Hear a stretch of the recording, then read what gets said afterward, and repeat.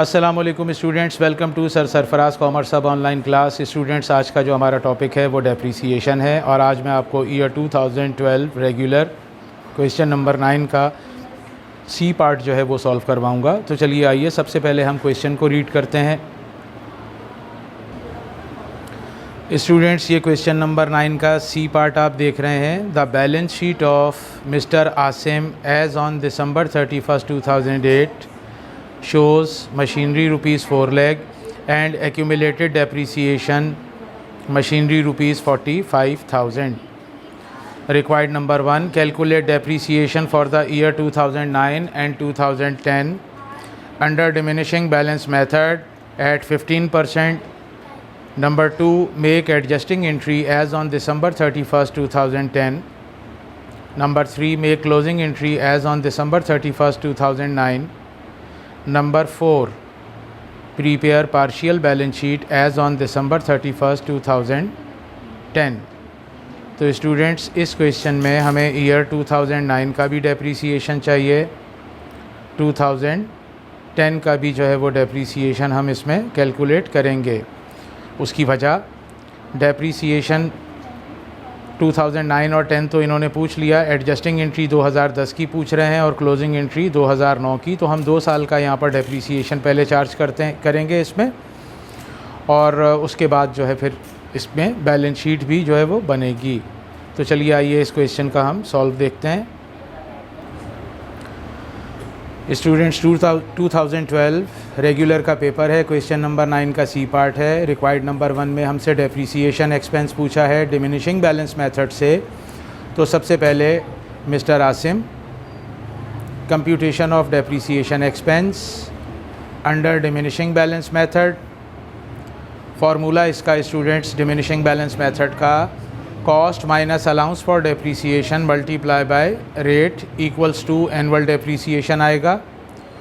Depreciation expense 2009, machine की cost है students 4 lakh, और इस मशीन पर पहले से जो अलाउंस चार्ज है वो 45,000 है, वो हमने यहाँ लिखा है। मल्टीप्लाई डिमिनिशिंग का रेट है 15 डिवाइडेड बाय 100 कर लीजिए, 15% है, तो 53,250 हमारे पास ईयर 2009 का डेप्रीसिएशन आ गया।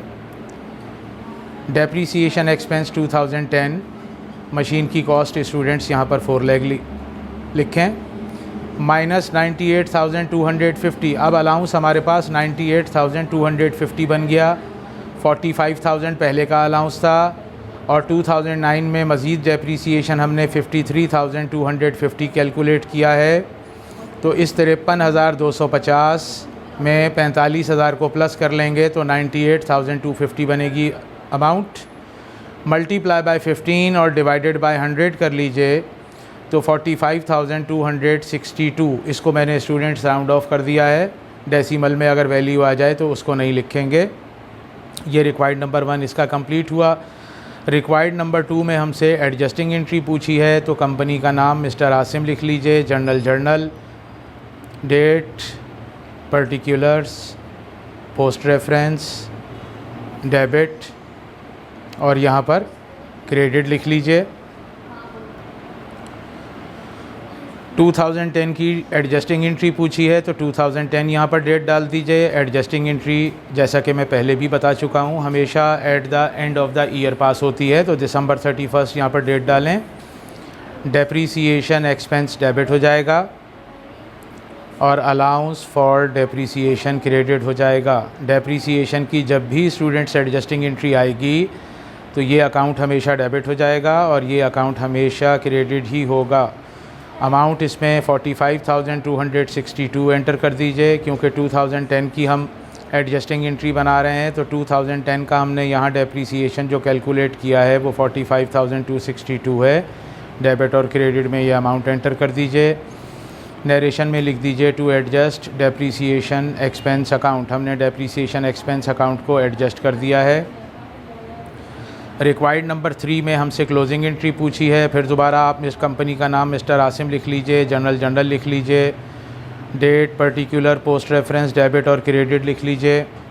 2009 दिसंबर 31 क्लोजिंग एंट्री जो है स्टूडेंट वो हमेशा डेप्रीसिएशन एक्सपेंस की बनती है। तो अगर डेप्रीसिएशन एक्सपेंस का बैलेंस हमेशा डेबिट होता है, देखिए यहाँ डेबिट है एडजस्टिंग एंट्री में, तो जब भी आप डेप्रीसिएशन की क्लोजिंग एंट्री बनाएंगे डेप्रीसिएशन एक्सपेंस को क्रेडिट कर देंगे और इनकम समरी या इसकी जगह हम एक्सपेंस एंड रेवेन्यू समरी भी लिख सकते हैं। 53,250 यहाँ पर अमाउंट लिखेंगे क्योंकि ईयर 2009 का जो डेप्रीसिएशन है वो 53,250 हमने कैलकुलेट किया, वो अमाउंट हम यहाँ पर एंटर कर देंगे। ये इसका रिक्वायर्ड नंबर 3 हो गया। अब हम इसका रिक्वायर्ड नंबर 4 जिसमें पार्शियल बैलेंस शीट पूछी है वो देखेंगे कैसे सॉल्व होगा। ये रिक्वायर्ड नंबर 4 है स्टूडेंट्स। मिस्टर आसिम लिख लीजिए, prepare partial balance sheet as on December 31, 2010। यहाँ पर एसेट्स की हेडिंग लगाइए, यहाँ पर इक्विटीज़ की हेडिंग लगा लीजिए। ये पार्शियल बैलेंस शीट है, वन साइडेड है, यानी इसका बैलेंस कभी भी नहीं आता बैलेंस शीट का। मशीनरी कॉस्ट थी 4 लाख, वो यहाँ लिख लीजिए। और जितना भी हमने इस मशीनरी पर डेप्रीसिएशन चार्ज किया 2009 और 2010 का वो, और जो पहले से बैलेंस मौजूद था 45,000 वो, इन तमाम को हमने एडअप किया तो ये 1,43,512 बन गया। ये अलाउंस फॉर डेप्रीसिएशन इस मशीनरी कॉस्ट में से माइनस हो जाएगा तो हमारे पास 2,56,488 ये जो वैल्यू है स्टूडेंट्स, इसे बुक वैल्यू कहते हैं, या इसे हम रिटन डाउन वैल्यू भी कहते हैं, या इसे हम कैरिंग वैल्यू भी कहते हैं। ये तीनों एक ही चीज़ है, book value, written down value और कैरिंग वैल्यू। स्टूडेंट्स यहाँ पर जो है ये हमारा क्वेश्चन कंप्लीट हो गया है। अगर आपको मेरी वीडियो जो है पसंद आए तो इसे लाइक कीजिए, शेयर कीजिए, चैनल को सब्सक्राइब कीजिए और बेल आइकॉन को प्रेस कर दीजिए ताकि मेरी हर नई आने वाली वीडियो की बर वक्त इत्तला आप तक पहुंचती रहे। स्टूडेंट्स ये मेरा व्हाट्सएप नंबर है 033232911133।